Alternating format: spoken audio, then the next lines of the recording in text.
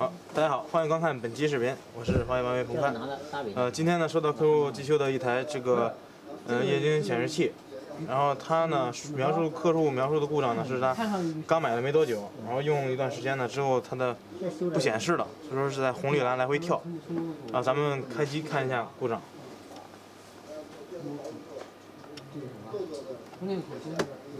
好，通电。好，咱们确实可以看到，它这个显示器在来回的跳变，不能正常显示。然后像这种情况呢，它是这个机器本身呢进入了工厂模式。然后像一般咱们这个进入这种情况下呢，不需要是送修了，咱们自己就可以解决。然后咱们需要用到的呢就是一个信号源，用到一个信号源。然后咱们接上信号源之后呢，按住开关键和信号源键，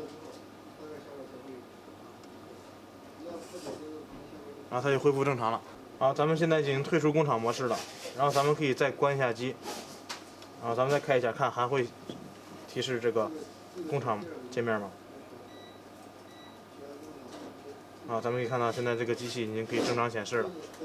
然后因为这个方法呢，一些机器都是可以通用的，然后呢有个别的一些机器呢，它是有他们独特的这个进入工厂和退出工厂的一些方法，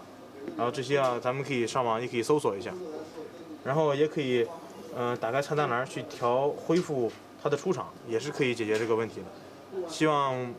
这些方法呢对大家有所帮助。如果大家喜欢此类维修视频的话，可以关注我们的微信公众号